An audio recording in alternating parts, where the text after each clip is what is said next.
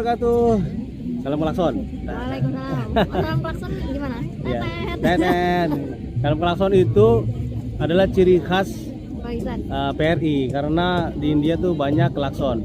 Jadi kita salamnya salam klakson. Betul. Gitu Me. Ini pasti udah pada kenal semua ya. Mega Belum, Me. kalau subscriber Bang Iksan belum Tapi tentu kenal saya. tapi kalau Me ada selain Instagram, Aku ada YouTube, ada sih. YouTube TikTok? Ada TikTok, ada. TikTok. Oke. Kebetulan nih Me kan dulu alumni Ahmedabad bukan? Gujarat, ya. Gujarat, di Gujarat, negara bagian Gujarat. Terus pulang Indonesia. Betul. Oke, berapa tahun pulang Indonesia? Baru 5 bulan Bang. 5 bulan. Nah setelah kamu nyelesain kuliah berapa tahun? Kemarin 2 tahun tepat, Oke. nggak kurang sebulan. Pernah pulang? Enggak. Nggak pernah. Selama 2 tahun kan di sini terus.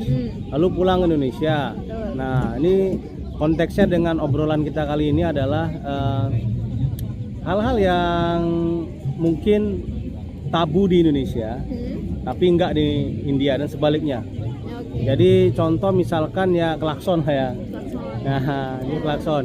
Mulai dari klakson dulu nih. Kalau di India tuh beberapa daerah kan kayak di Zakir Nagar, terus di pokoknya hampir keseluruhan ya, hampir keseluruhan di wilayah India tuh klaksonnya luar biasa tuh, Ming. Betul nggak ya? Nah, terus kamu selama 2 tahun dan kuping itu udah tebal tuh. Iya. Pulang ke Indonesia, hal apa yang kamu rasakan? Artinya kamu kan terbiasa klakson, terus pulang ke Indonesia tuh gimana perasaan kamu tuh? Kalau terkait klakson iya sih, kayak dateng gitu kan naik mobil pulang tuh kayak wah beda ya rasanya gitu. Pertama nggak ada klakson gitu kan. Pertama nggak ada klakson karena memang waktu itu tuh pulang itu nggak langsung ke rumah karena pengen banget duren. 2 tahun di sini tuh nggak ada duren kan. Jadi Oke. nyari duren dan di Oke. jalan tuh emang kuning gitu ya, klakson orang ininya aja, seperlunya orang-orang kalau ngelakson. Tapi yang terasa banget buat aku itu, aku pulang ke Indonesia itu seminggu itu aku hampir malah shock lagi sama makanan Indo Bang. Oh ya? Iya, jadi aku tuh seminggu tuh bingung mau makan apa karena kayak makanan Indo terlalu baru buat aku tuh, jadi kayak kaget juga gitu. Oke, ini berarti poin yang kedua nih, kita makanan. Yang pertama klakson lu tentunya kamu tambah apa ya, merasakan sedikit damai lah ya kalau Iya, ke pasar betul. ke pasar. Nah, mungkin kalau di pasar tuh meskipun pasar yang ramai sekalipun kalau nggak perlu klakson mereka nggak ngelakson kan ya? Iya betul. Oke, nah sekarang makanan. Ini tuh yang diangkat, ini kita jujuran ya. Yang diangkat di Indonesia di apa namanya platform media sosial di Indonesia itu kan makanan-makanan India yang disajikan dengan ekstrim ya. Nah, kalau di pengalaman kamu ya selama 2 tahun sebelum pulang itu tuh emang sebegitu ekstrim ya makanan India itu ya? Sebenarnya mungkin bagi orang Indonesia yang memang nggak suka ngambil pakai tangan langsung itu mungkin bagi mereka agak terganggu ya, tapi buat aku sendiri jujur itu nggak terganggu. Tapi untuk makanan yang ekstrim kayak di sosial media, misal buatnya pakai kaki, buatnya pakai ketek, buatnya pakai Coca-Cola dicampur nasi goreng atau apa, itu aku nggak pernah nemu Bang. Iya. Jadi semuanya berjalan normal aja. Tapi benar sih, ada satu video aku ngeliat tuh kan, dia tuh memparodikan apa istilahnya? Parodi. Memparodikan Iya. itu yang buat makanan pakai ketiak gitu ya, itu keterlaluan menurut gue. Iya itu. Benar, karena itu belum tentu benar kan ya. Karena bisanya dibuat untuk memprovokasi dan sebagainya. Tapi aku juga belum ada ngelihat yang kayak gitu tuh. Jadi waktu itu di Indo tuh pernah viral Bang, ada orang emang buat kayak patty buat Ya, patties. buat patty kayak gitu kan pakai ketek gitu kan. Nah tapi itu adalah salah satu potongan film komedi gitu loh. Oke. Jadi itu bukan di real Bukan life. faktanya. Lagian Gitu. kalau ada siapa mau beli? Iya kan. Oke, Jadi oke. orang-orang tuh karena itulah Terbangun. terdoktrin gitu kan. Oh makanan India tuh gini. Bahkan aku pulang ke Indonesia pun nggak ada yang nanya kayak, "Mei, kamu kuliah dapat apa yang kamu pelajari?" Nggak ada. Nggak Yang ada. ditanya langsung, Makanan. "Emang makanan India beneran dikobok-kobok dibuat kayak Aduh. ketek kayak gitu kayak?" Tanya Aku yang tuh lain pernah dulu lah. aku pernah ngebully, bukan ngebelain, aku kan ngejelasin ya. Aku Iya. salah satu platform Instagram lah ya. aku ngejelasin kalau India tuh nggak sejorok itu yang seperti yang kalian bayangin.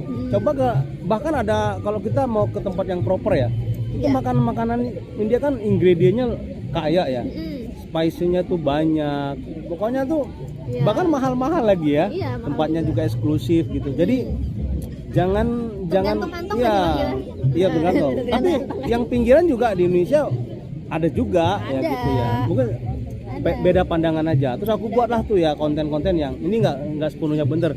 Yang ada aku tuh dibully tuh. Lu ngebela. Enggak, bukan ngebela, dateng aja kan gitu. Buktinya kalau misalnya sejorok itu ya banyak orang yang masuk rumah sakit enggak juga gitu ya. Iya betul. Oke, ya intinya menurut gua tuh beda perspektif masing-masing. Iya sih. Itu masalah makanan. Nah, kemudian ini agak serius ini. Apa nih? Kamu kan jurusannya apa, Mi? Jurnalistik. Pendidikan. Nah, jurnalistik lebih spesifik ya. Kalau sektor jurnalistik di India itu lebih maju mana nih dengan Indonesia? Indonesia. Sebenarnya keduanya itu mirip sih Bang, karena kan kedua negara ini tuh demokrasi ya. Oke. Dan pasti jurnalistik ini juga namanya kebebasan berpendapat gitu kan. Kembali lagi namanya jurnalis, namanya berita itu kan menyampaikan aspirasi rakyat gitu kan. Jadi gimana suara rakyat agar tersampaikan, tapi kedua negara ini demokrasi. Cuman bedanya memang di India ini orang itu nggak kayak dari yang aku amati ya, orang nggak kayak di Indonesia yang dikit-dikit tuh demo gitu. Jarang banget kan kayak orang India tuh langsung misal demo ke yang bawan di sini tuh, yang di Delhi itu tempat PM gitu, tempat presiden kan jarang banget. Itu sih yang aku perhatikan. Cuman aku juga nyari apa alasannya gitu juga masih belum tahu. Bahkan mahasiswa itu juga jarang banget demo menyampaikan langsung gitu. Oke. Jarang banget sih. Jadi sering demo di Indonesia? Oke, nggak bilang gitu juga. Begini, aku kan demo itu hal bagus banget. Iya, untuk demokrasi kan itu kan warna dari demokrasi kan. Oke, sekarang gini. Kalau aku lihat di ibu kota ini terlalu banyak sekali public space kayak taman-taman.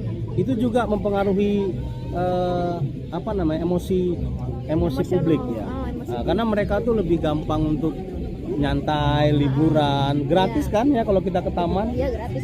Kalau di Indonesia ini harus ke mall kan. Nah, kalau ke mall tuh kan kita pikirannya dua aja, dompet sama kartu atau tabungan kan. Nah, sebenarnya ada juga taman tapi nggak sebanyak di sini sih. Dan tamannya di sini tuh ekstrim bagus. Pokoknya ekstrim positif. Gimana sih ngomongnya tuh ya? Nehru Place itu keren banget ya. Luas, terus ada Lodi Garden. Kita tuh kalau pusing banyak pikiran, jalanan aja ke sana tuh dapat inspirasi. Terus saya tuh saya salah satu contoh misalkan. Aku mau cari ide buat kegiatan di sekolah gua misalkan. Aku tuh kadang-kadang jalan terus ngelihat bunga, ngelihat hewan, ngelihat orang, ngelihat pohon, itu langsung banyak ide macam-macam tuh yang jadi inspirasi. Gimana dong kita buat sekolah lebih hijau ya, lebih kelihatan klasik, nyaman, enjoy gitu ya, bukan batu-batu yang kekar, kokoh dan sebagainya. Akhirnya muncullah ide aku buat sekolah STK sampai SMA itu yang bukan membumi, yang tradisional lah ya, nyaman. Kantor guru-guru juga gua buat kayak bangunan kampung. Jadi orang tuh merasa tuh adem aja. Akhirnya dampaknya positif nih. Dampaknya itu kalau guru-guru, anak-anak murid itu tuh udah waktunya pulang, mereka tuh nggak pulang aja tuh, main aja. Guru-guru juga pada nongkrong semua nih. Banyak ide lah. Artinya public space itu mempengaruhi kita. Nah, sekarang itu public space yang Indonesia tuh kurang. Dikit-dikit dibongkar jadi mall, dikit-dikit dibongkar menjadi mall dan sebagainya. Mungkin harus ada perubahan lah ke depan. Oke, nah ini yang terakhir nih, isu yang terakhir nih. Setelah itu kita bebas aja ngobrol ini. Kalau agak lebih ke isu komunalisme ya, tapi kita ambil dari aspek yang positifnya. India itu kan mayoritas dia teman-teman yang beragama Hindu. Betul. tapi nggak sedikit juga yang beragama Islam. Nah, kamu lihat tuh kan sekarang tuh banyak banget isu perayaan Holi kemarin itu yang mereka ngelempar-lempar ke orang orang yang tidak beragama Hindu, ya kan? Gimana itu, Bang? Beberapa wilayah tuh sering sih. Nah, pertanyaan adalah selama kamu 2 tahun di sini pernah ngerayain Holi nggak? Selalu. Aku juga ya sih. Nih dulu ya. Kalau sekarang kan mikirin siapa yang nyuci, ya kan? Terus puasa Malas juga, nyuci ya, malas iya, nyuci. malah cuci. Kemudian kalau nggak aku main Holi juga. Enggak, sebenarnya nggak cuma Holi, Bang. Aku merayakan semua festival yang dirayakan di kampusku. Oh, di kampus. Karena prinsipku gini, ketika saya muslim gitu kan, tapi ketika saya berada di tanah Gandhi ini, tanah Iya, Gandhi ini, negeri Gandhi. ya negeri Gandhi, saya ada di tanah orang, saya harus toleransi ke mereka karena ya di mana bumi dipijak di situ langit dijunjung, dan kita harus mengedepankan humanisme. Ketika- Merayakan kan bukan berarti meyakini ya. Iya gitu kan, kita Iya, hanya iya. misal Respect. teman-temanku pun kalau misalkan kemarin aku puasa nih, aku undang buka puasa, mereka Datang. datang gitu kan, mereka datang, mereka bukan muslim dan mereka nggak puasa gitu kan, apa salahnya ketika mereka Holi terus kita ikutan gitu. Oh, kita juga nggak ngerti nih sebenarnya itu apa acara gitu, cuma Iya, ikut-ikutan kita seru-seru aja. Iya. Itu aja sih. Iya, aku juga sering tuh ngikutin acara Holi. Ya. Holi, bahkan tuh Holi tuh aku beli apa yang tepung-tepung bubuk yang banyak-banyak tuh ya. Pagi-pagi tuh aku udah beli berapa bungkus tuh aku simpen ya kan. Jalan terus main gitu ya. Tapi lama-kelamaan ya tadi pertimbangannya adalah nyuci, kemudian sekarang puasa juga gimana. Kalau nggak di sini Holi semua kita. Iya, oh iya, di KBRI ini Holi, Bang. Biasa kita ada Holi tapi karena puasa kan kita haus sebagainya gitu macam-macam. Iya sih.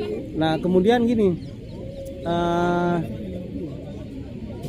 populasi Muslim di India tuh kan dia 17 sampai 20% ya, Kemarin tuh 15 15 sampai 17% ya. Dan itu jumlahnya hampir sama loh dengan jumlah Penduduk Indonesia. bukan penduduk Indonesia. Iya benar. Kalau 17% dari 1,4 miliar ya. Iya. Iya. Jadi secara populasi banyakkan hampir sama, bahkan lebih ya kalau kita mau lebih detail lagi ya gitu. Nah, toleransi di situ justru kita bisa belajar toleransi dari di India. Kalaupun ada konflik-konflik kecil, gesek-gesek itu biasalah ya. Di mana-mana saya pikir khususnya di negara demokrasi Ya, pasti ada ya. Iya. Oke. Gitu. Oke, karena kita nggak mau lama-lama, bentar lagi buka puasa, kita mau ambil sedikit. Kita minta Mei untuk sampaikan pesan ke teman-teman di Indonesia mengenai hal-hal positif di India lah secara general. Oke. Secara general sih overall ya, maksudnya kita nggak boleh melihat India ini hanya dari satu kacamata saja gitu kan, karena banyak banget hal yang bisa dieksplor di India. Dan yang aku salut dari India ini sampai sekarang itu adalah transportasi umumnya. Keren. Gitu, keren. Oke, Ya. sebelum dilanjut, kamu udah pernah kemana aja, Mei? Oh, banyak banget, Bang. Di India sebutin. Aku yang pasti Gujarat, Gujarat, Delhi, Delhi. terus Kashmir, Ah, Punjab, Kerala, Andhra Pradesh, Banyak Madhya banget. Pradesh. Pokoknya 13 state aku. Oke, lanjutin. Apa pesannya tadi? Yaitu transportasi umumnya di sini bagus, murah, lengkap. Di setiap state itu hampir ada LRT atau MRT kayak gitu. Jadi kita nggak boleh melihat hanya dari satu sudut pandang, datang ke India langsung dan buktikan langsung. Oke, jadi kita suggest teman-teman jalan-jalan ke India. Oke, makasih kawan-kawan yang mampir di channel Perjuangan Ratu India bersama Mega Mei. Udah peace. Wassalamualaikum warahmatullahi wabarakatuh. Salam Nason. Bek, salam Nason Bek. Kita buka puasa.